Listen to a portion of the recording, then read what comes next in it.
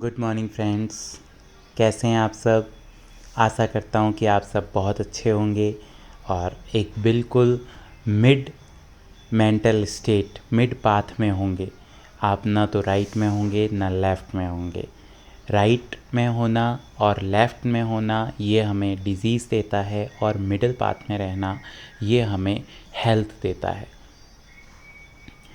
आज हम एक मेडिसिन पढ़ेंगे जिसका नाम है आर्सेनिक एल्बम।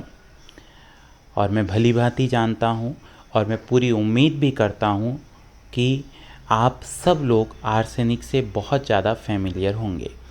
आर्सेनिक एक ऐसी दवाई है जिस दवाई को हमने बहुत ज़्यादा दिया है, या यूँ कहें कि आर्सेनिक का नाम हमने कई बार सुना है, हमने आर्सेनिक एल्बम को यूज भी कई बार किया है। लेकिन आर्सेनिक एल्बम को हमने उसके यूज को एक सीमित दायरा दे रखा है। जनरली जो आर्सेनिक एल्बम दी जाती है वो एक तो फूड पॉइजनिंग के लिए आर्सेनिक एल्बम ज़्यादा दी जाती है। दूसरा, आर्सेनिक एल्बम को हम ये समझते हैं कि ये पेशेंट बहुत ज़्यादा एंग्विश है। तीसरा, हमारे लिए आर्सेनिक का जो फैक्टर रहता है वो ये रहता है कि ये एक फास्टिडियस पर्सन है और इरिटेबल पर्सन है।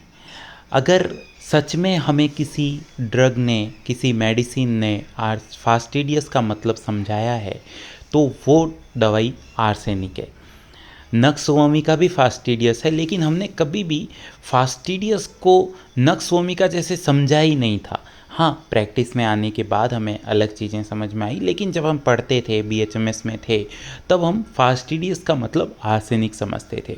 हमारे साथ एक लड़का रहता था, वो लड़का हमेशा अपनी पैंट शर्ट एकदम प्रेस रखता था और उसको ये चीज़ बहुत मतलब अखरती थी कि यार इस चीज़ को तुमने यहाँ से उठाया है तो यहीं रखा करो। और फिर वो बार बार चिढ़ भी जाता था कि मैंने कहा ना कि इस चीज़ को ऐसे रखना है, तुमने इसको ऐसे क्यों रखी। अगर जूते राइट और लेफ़्ट का भी उसको चक्कर रहता था कि यार ये जूता तुमने राइट में क्यों रखा, ये लेफ़्ट में क्यों रखा। तो इस तरह से हम ये समझते थे कि यार ये लड़का तो आर्सेनिक ही है। इतना गुस्सा रहता है, हमेशा गुस्सा इसके नाक पर चढ़ा रहता है, हमेशा एकदम प्रेस। इसकी किताबें देख लो, इसकी कॉपियाँ देख लो, एकदम उन पे कवर होगा। और उसकी जो मतलब रहने का बाल बनाना, एकदम चश्मा लगाना, एकदम टिप टॉप रहना। भले ही वो काला था लेकिन वो इतना मैनेज तरीके से रहता था, तो हम ये कहते थे कि यार ये लड़का तो आर्सेनिक है।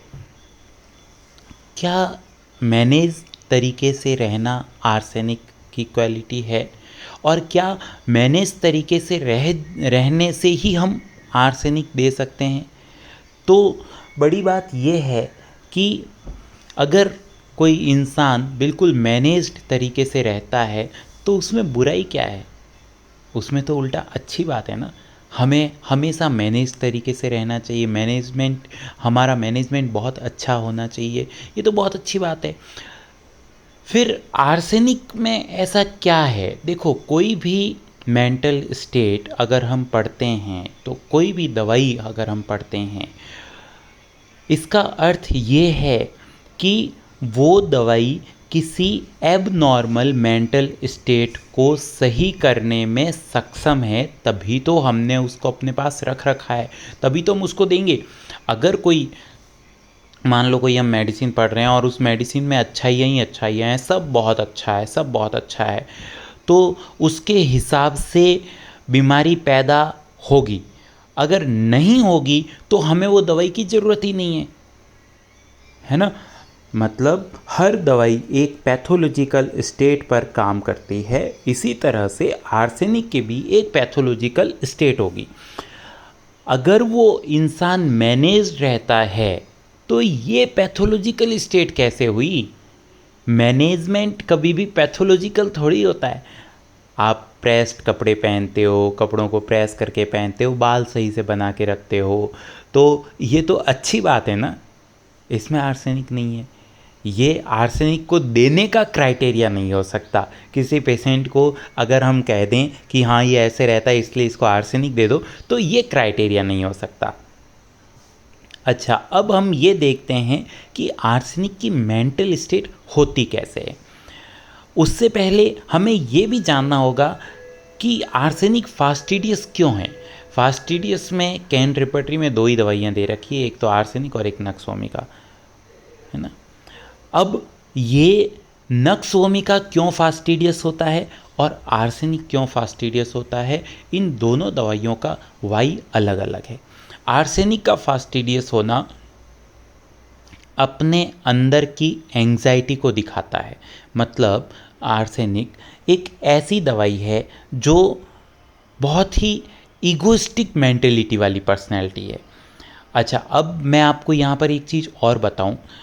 ऐसा नहीं है कि मिस्टर ए आर्सेनिक है, मिस्टर ए हेल्दी कंडीशन में भी इसी तरह से रहता है जिस तरह से आर्सेनिक पेशेंट का कंस्टिट्यूशन होता है। तो अगर कभी भी मिस्टर ए बीमार होगा तो मैं उसको आर्सेनिक एल्बम दूंगा, ये कहना एकदम गलत है। आप, मैं, इस दुनिया का कोई भी आदमी कभी भी आर्सेनिक की मेंटल स्टेट में आ सकता है। अगर वो इंसान काली कार्ब की स्टेज से गुजरा है कभी, तो कभी वो आर्सेनिक की स्टेज से गुजर सकता है, कभी वो पल्सेटिला की स्टेज से गुजर सकता है। होती ये है, हमारे साथ दिक्कत ये होती है कि हम किताबों में लिखी हुई चीज़ को एज़ इट इज़ ग्रैस्प करने की कोशिश करते हैं कि हाँ ये लिख दिया ना कि ऐसा आर्सेनिक होता है तो ऐसा ही हो सकता है। अगर किसी किताब में ये लिख दिया कि जो पल्सेटिला है वो कभी आर्सेनिक नहीं हो सकता, तो इसका मतलब हमने उसको एकदम मान लिया कि ऐसा ही होता है। नहीं, ऐसा नहीं होता। एक इंसान किसी भी मेंटल स्टेट में कभी भी जा सकता है। ये मैंने आपको पहले भी एक एग्जाम्पल दे के बताया था कि क्या ऐसा ज़रूरी है कि जो मूड, अगर आपका सुबह बहुत अच्छा मूड है, बहुत ही लविंग मूड है, तो शाम को आप इरिटेबल नहीं हो सकते हो? इसकी कोई गारंटी है क्या? नहीं है। आप चाहे कितना भी अपने अंदर सुधार कर लो, आपके अंदर कई सारी नेगेटिव पॉइंट्स रहते हैं और वो नेगेटिव पॉइंट्स कब एक्स एग्रीगेट होकर आपको पूर्ण रूपेण पॉजिटिव इंसान से पूर्ण रूपेण नेगेटिव इंसान बना देंगे, आप नहीं कह सकते। How your mind changes fastly, you can not even think that. आपका दिमाग, आपके इमोशंस इस तरह से फ्लक्चुएट होते हैं कि वो आपको कभी भी राम से रावण बना सकते हैं। मैं ये कहना चाहता हूँ। ये कभी मत सोचिए कि हाँ अगर ये इंसान राम है तो इसको तो रावण वाली दवाई कभी दे ही नहीं सकते। ऐसा नहीं होता, ठीक है। सबसे पहले अपने दिमाग में ये चीज़ निकाल दीजिए कि आर्सेनिक एल्बम, एक हमने कोई इंसान देखा और वो इंसान जो है वो अभी अगर आपको सल्फ़र लग रहा है तो वो इंसान कभी भी आर्सेनिक एल्बम की पैथोलॉजी में नहीं जाएगा। ऐसा अगर आप सोचते हैं तो गलत है, ऐसा सोचना बंद कर दीजिए। कोई भी इंसान आर्सेनिक की मेंटल स्टेट में जा सकता है। आर्सेनिक की मेंटल स्टेट में कोई इंसान कैसे जाता है, आज हम ये देखेंगे। सबसे पहले एक इंसान के दिमाग में ईगो आना चाहिए। मतलब ईगो तो हर इंसान के पास होता है, हर इंसान में ईगो होता है, लेकिन उस इंसान की पूरी मेंटलिटी जब ईगो के, उसके आई के अंडर आ जाएगी, उस आई के अंडर कंट्रोल आ जाएगी, तब ये इंसान आर्सेनिक एल्बम की मेंटल स्टेट में जाएगा। अब ईगो का मतलब क्या होता है? ईगो का मतलब होता है कि सर्वे सर्वा मैं ही हूँ और मेरे अलावा कोई नहीं है। हम अपने आसपास कई सारे ऐसे लोग देखेंगे जो लोग ये समझते हैं कि करने धरने वाला मैं ही हूँ। मतलब ये कि अगर इस दुनिया में कोई इंसान होशियार है तो वो मैं हूँ। मुझे सब कुछ पता है, मुझे ये भी पता है कि यहाँ ऐसा करना चाहिए, यहाँ वैसा करना चाहिए अच्छी तरह से। और तो और न सिर्फ मैं अपनी परेशानियों को बहुत अच्छे से हैंडल करता हूँ, मैं दूसरों को भी बहुत अच्छे से हैंडल कर पाने में सक्षम हूँ। हम इस तरह के लोग अपने आसपास बहुत सारे देखेंगे। इसका मतलब ये है कि उन लोगों का ईगो जो है उनकी नॉर्मल मेंटल स्टेट को कंट्रोल कर रहा है। कोई भी इंसान अच्छा या बुरा नहीं होता, हर इंसान को कुछ भावनाएं कंट्रोल कर रही होती है। इसमें उस इंसान का कोई दोष नहीं है कि ईगो उसको कंट्रोल कर रहा है। ये वो इंसान दया का पात्र है कि उस बेचारे को ईगो कंट्रोल कर रहा है। ये हमें उसके प्रति दयालु होना चाहिए कि यार इस बेचारे का क्या होगा, ठीक है, न कि हमें उससे नफ़रत करनी चाहिए। ईगो अगर आपको कंट्रोल कर रहा है तो ये आपके लिए बहुत बड़ी बात नहीं है, ये आपके लिए दुख की बात है। अब जैसे ही एक इंसान को ईगो कंट्रोल करने लग जाता है तो वो लायबल हो जाता है कि अब वो आर्सेनिक की मेंटल स्टेट में जा सकता है। एक बार जब किसी इंसान को ईगो कंट्रोल करने लग जाता है तो उसमें एक क्वालिटी और डेवलप होने लग जाती है। उस क्वालिटी को कहते हैं सेंसोरियस होना। सेंसोरियस होने का मतलब ये है कि हमारे अंदर ये क्वालिटी आ जाती है कि हम छोटी से छोटी चीज़ में भी गलती ढूंढना शुरू कर देते हैं। ये किताब आपने ऐसे रखी, ऐसे क्यों रखी? इस किताब को तो इस एंगल में रखना चाहिए, तभी तो आपको सही से दिखेगा। आपने ये सब्जी बनाई, हाँ बाकी सब तो अच्छी है, ये सब्जी में ना थोड़ा सा अगर नमक और होता ना तो बहुत अच्छी होती। मतलब छोटी छोटी चीज़ों में गलती निकालना। आप एक बात बताओ, छोटी छोटी चीज़ों में गलती कौन निकाल सकता है? छोटी छोटी चीज़ों में गलती वो निकाल सकता है जो अपने आप को बहुत ज़्यादा सही समझता हो। ठीक है, ध्यान से समझो, मैं आपको ये बताने की कोशिश कर रहा हूँ कि आप आर्सेनिक की मेंटल स्टेट में कैसे जा सकते हो। जब आपको ये पता चलेगा कि आप आर्सेनिक की मेंटल स्टेट में कैसे जा सकते हो, तभी आप ये समझ पाओगे कि आपका पेशेंट आर्सेनिक की मेंटल स्टेट में कैसे जा सकता है। सबसे पहले ईगो ने उसको अपने वशीभूत किया, वो ईगो के अंडर कंट्रोल में आया। जब वो ईगो के अंडर कंट्रोल में आया तो उसमें एक भावना डेवलप हुई जिस भावना को कहते हैं सेंसोरियस की भावना। सेंसोरियस होना मतलब छोटी से छोटी चीज़ में गलती निकालना। अब इस इंसान को हर चीज़, हर कोई व्यक्ति, हर स्थिति, उसमें कुछ ना कुछ गलत नज़र आने लगता है।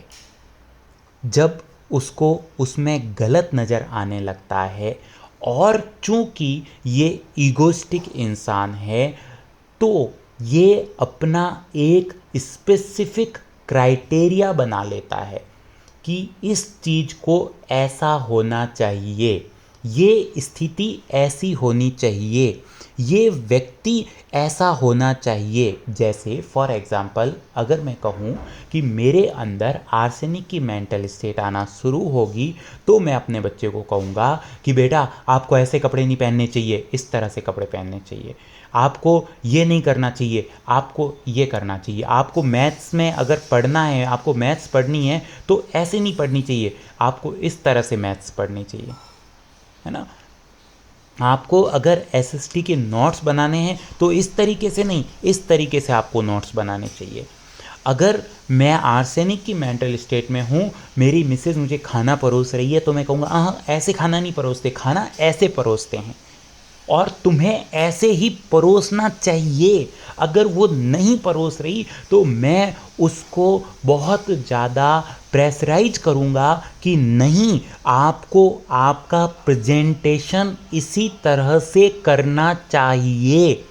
इस तरह से आर्सेनिक कभी भी प्रेजेंटेशन में 19-20 बर्दाश्त नहीं कर पाता, क्योंकि एक ईगोस्टिक इंसान, उसके अंदर भी सेंसोरियस, कोई भी इंसान जब सेंसोरियस हो जाता है तो सेंसोरियस होने के बाद में पहले तो उसको गलतियां दिखनी शुरू हो जाती है लोगों की, और जब गलतियां दिखनी शुरू हो जाती है तो वो अपने ईगोस्टिक बिहेवियर के कारण उन गलतियों को सुधारने की कोशिश करता है। ठीक है, अब देखो, अगर कोई भी व्यक्ति, वस्तु या परिस्थिति उसके स्वयं के मापदंडों पे खरी नहीं उतरती, मान लो ऐसी कोई परिस्थिति है या ऐसा कोई व्यक्ति है जो ये कह रहा है कि मैं ऐसा नहीं कर सकता, तो अब इस इंसान को क्या सोचना चाहिए, एक नॉर्मल इंसान को क्या सोचना चाहिए कि अगर आप मेरे तरह से नहीं जी सकते तो दैट इज़ ओके, आप अपने हिसाब से जियो, मैं अपने हिसाब से जीऊँगा, है ना। ये होना चाहिए, नॉर्मल तो ये होना चाहिए। लेकिन नहीं, आर्सेनिक में ऐसा नहीं है।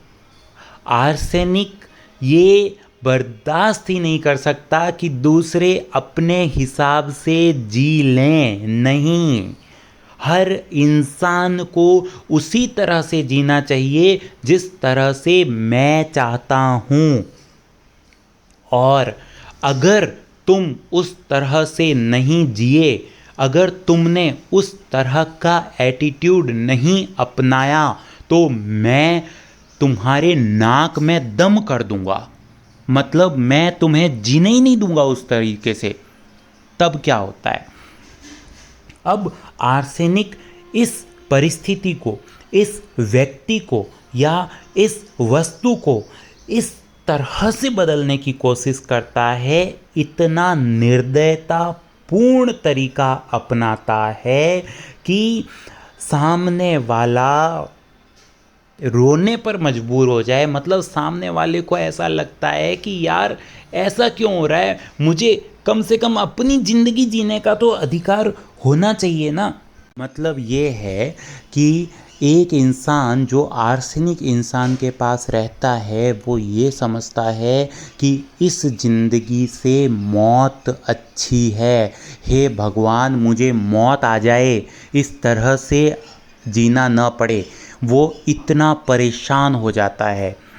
अब एक बात ये है कि आर्सेनिक ऐसा कर क्यों रहा है, उसमें क्यों सेंसोरियसनेस डेवलप हो रहा है, वो ईगोस्टिक है, वो सेंसोरियस क्यों हो रहा है। इसके पीछे एक चीज़ और है। आर्सेनिक की मेंटल स्टेट होने के लिए हमें ईगोस्टिक होना ज़रूरी है, और साथ ही साथ आर्सेनिक की मेंटल स्टेट किसी इंसान में आए उससे पहले उसके अंदर एक फियर होना ज़रूरी है।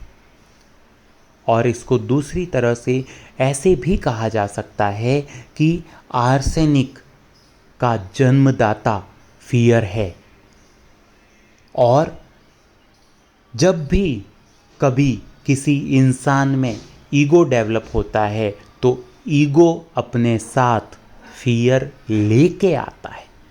अगर आपने ये सोच लिया कि मैं ही सब कुछ हूँ, मैं सब कुछ कर सकता हूँ, तो इस बात को लिख के रख लीजिए कि आपके अंदर डर पैदा होना शुरू हो गया।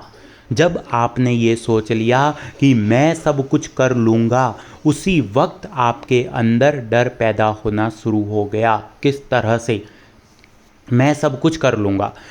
जब आप अपने दिमाग में ये चीज़ रख रहे हैं तो सबकॉन्शियस माइंड में, आपके अनकॉन्शियस माइंड में एक चीज़ ये भी आ रही है कि अगर मैं ये नहीं कर पाया तो क्या होगा। हर सिक्के के दो पहलू होते हैं। ठीक इसी तरह से आर्सेनिक के दिमाग में एक फियर है। आर्सेनिक जितना ज़्यादा ईगोस्टिक हो रहा है उतना ज़्यादा वो अपने अंदर फियर डेवलप कर रहा है। और सोने पे सुहागा ये है कि जितना ज़्यादा ईगोस्टिक उतना ज़्यादा सेंसोरियस, और जितना ज़्यादा सेंसोरियस उसी हिसाब से उसके अंदर फियर डेवलप हो रहा है। किस चीज़ का फियर? फियर है उसके अंदर इमेजनरी थिंग्स का फियर है। और एक डरा हुआ आदमी कभी भी चैन से नहीं बैठ सकता, उसे चैन नहीं पड़ेगा। कहते हैं ना, झकनी पड़ेगी उसको कभी भी। वो बहुत बेचैन रहेगा। उसको समझ में नहीं आएगा कि वो क्या ऐसा करे जिससे उसको चैन आए। और इस बेचैनी भरी अवस्था में वो ये सोचता है कि यार मैं अगर इसको ऐसे कर दूँ ना तो सही हो जाएगा। वो चीज़ों को, वो परिस्थितियों को, वो व्यक्तियों को, वो अपने अलावा हर किसी चीज़ को बदलने की कोशिश करता है।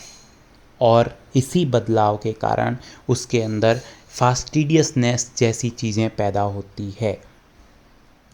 इसके अंदर की बेचैनी वाली अवस्था ही इससे ये सब कुछ करवाती है। क्या सब कुछ करवाती है? सेंसोरियस जैसी चीज़ें, सेंसोरियसनेस जो है इसके अंदर, ये इसकी बेचैनी ही बना रही है। मतलब अब ये चीज़ों को बदलने की कोशिश करेगा।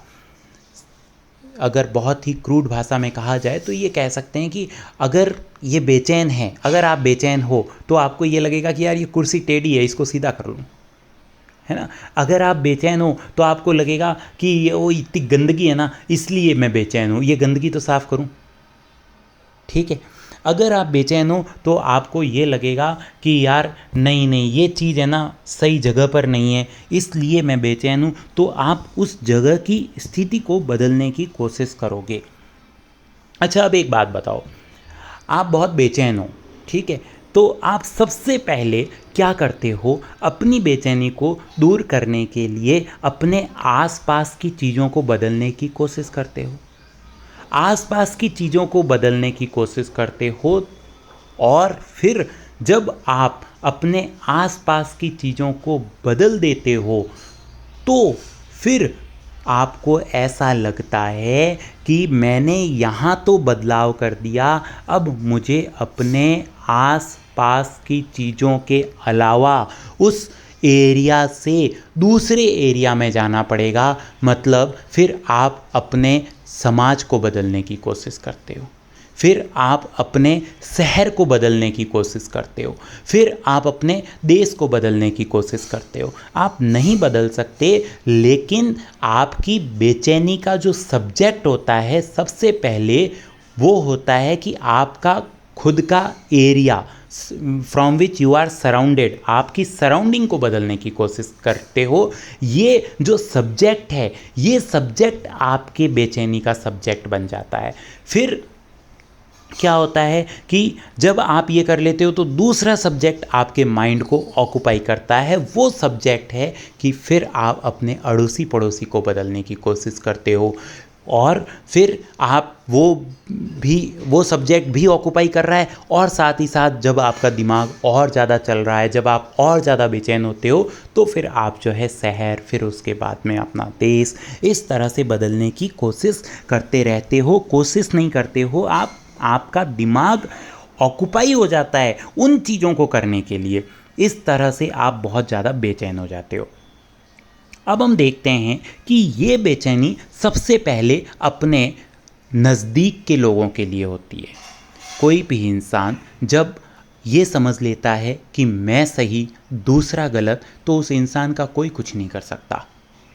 अब ये इंसान अपनी बेचैनी के लिए दूसरों को रेस्पॉन्सिबल समझ रहा है। और दूसरे कौन?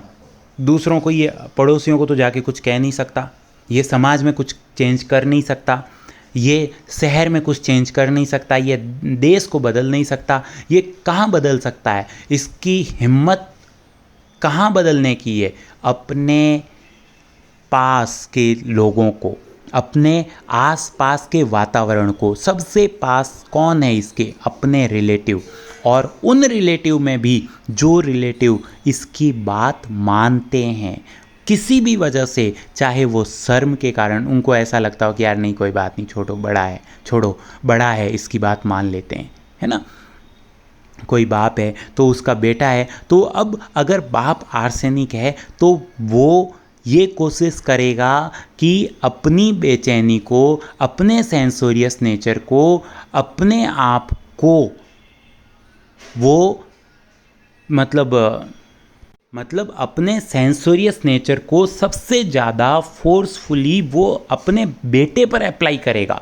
क्यों? क्योंकि वो बेटा सहन करेगा, उसको पता है कि इसके पास और कोई दूसरा चारा नहीं है मुझे सहन करने के लिए, क्या करने के अलावा। ठीक है, यही अगर वो किसी दूसरे पर इस तरह की अपनी चीज़ थोपेगा तो अगला उसको थप्पड़ मार देगा, है ना, तो ये बेइज्जती करवा लेगा ना अपनी, तो इसलिए ऐसा कोई काम नहीं करेगा। इसको कहते हैं बाइटिंग टम्बलर हिज, मतलब ये उन्हीं लोगों पर अपनी दुष्टता, अपनी जल्लाहट दिखाएगा जो इसके अपने होंगे, जो जिन पर इसका बस चलेगा। इसको आर्सेनिक एक बहुत ही डरा हुआ व्यक्ति है। मतलब एक नॉर्मल व्यक्ति हो सकता है कि आसपास के लोगों को कुछ कह दे, ठीक है, जो डरा हुआ नहीं है इतना। कॉस्टिकम आसपास के लोगों को भी कह सकता है कि अरे नहीं तुमको यहाँ पानी नहीं बिखेरना चाहिए, कह सकता है ना, ठीक है। कॉस्टिकम डरा हुआ नहीं है, कॉस्टिकम में डर नहीं है, डर आर्सेनिक में बहुत ज़्यादा डर है। अब ये डर के कारण आर्सेनिक जो है वो दूसरों से पंगा नहीं लेता, वो अपने ही आसपास, मतलब अपने ही बच्चों के ऊपर अपनी झल्लाहट को निकालता है। अपनी ये जो उसका दुष्टता भरा बिहेवियर होता है, सेंसोरियस का बिहेवियर होता है, ये अपने आसपास के लोगों पर ही निकालता है। इसको काल्पनिक चीज़ों से भी डर लगता है, मतलब ये कल्पना करके भी डर जाता है कि अगर मैंने किसी दूसरे इंसान को ऐसा कह दिया तो वो क्या क्या कर सकता है, ये उन कल्पनाओं में भी डर जाता है। अच्छा, और इसको कहते हैं फियर इमेजनरी थिंग्स ऑफ। और ये जो फियर इमेजनरी थिंग्स ऑफ है, ये कहाँ से आती है? किसी भी चीज़ का ये जो आपके दिमाग पर एक इम्प्रेशन पड़ता है, वो तब तक नहीं पड़ता जब तक आपने उस चीज़ को, उस स्थिति को, उस परिस्थिति को सहन नहीं किया हो या आपने वो देखी नहीं हो। ठीक इसी तरह से हर तरह का फियर हमारे अंदर तभी डेवलप होता है जब हम एक बार उस चीज़ से गो थ्रू हो चुके होते हैं। मतलब ये हुआ कि अगर आपने किसी पिक्चर में देखा है कि जब सड़क पर मतलब हम जा रहे हैं और हमने देखा कि यार पास में कोई एक स्कूटी लेके कोई औरत जा रही थी और उसको एक ट्रक ने उड़ा दिया, तो अब हमने ये देख लिया ना, अब हमें ये डर लगेगा कि यार सड़क पर ढंग से चलना चाहिए वरना कोई ट्रक उड़ा देगा। क्यों? क्योंकि हम इस परिस्थिति से गो थ्रू हो चुके हैं, भले ही फिजिकली नहीं लेकिन मेंटली गो थ्रू हो चुके हैं इस परिस्थिति से। तो क्या होता है कि फियर हमेशा तभी पैदा होगा जब हम किसी परिस्थिति से गो थ्रू हो चुके होंगे।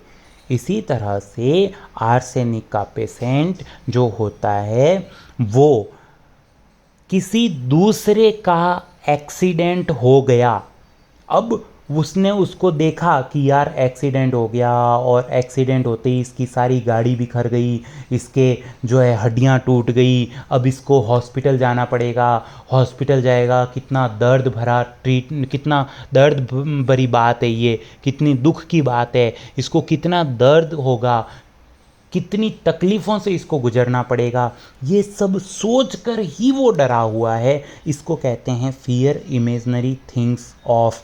और इसके लिए एक रूब्रिक और है, हॉरिबल स्टोरीज अफेक्ट हर प्रोफाउंडली। ठीक है, आगे आर्सेनिक को हम कल पढ़ेंगे। Thank you very much friends. ये आर्सेनिक पार्ट 1 है और आर्सेनिक पार्ट 2 में हम इसके आगे की बात करेंगे। ओके।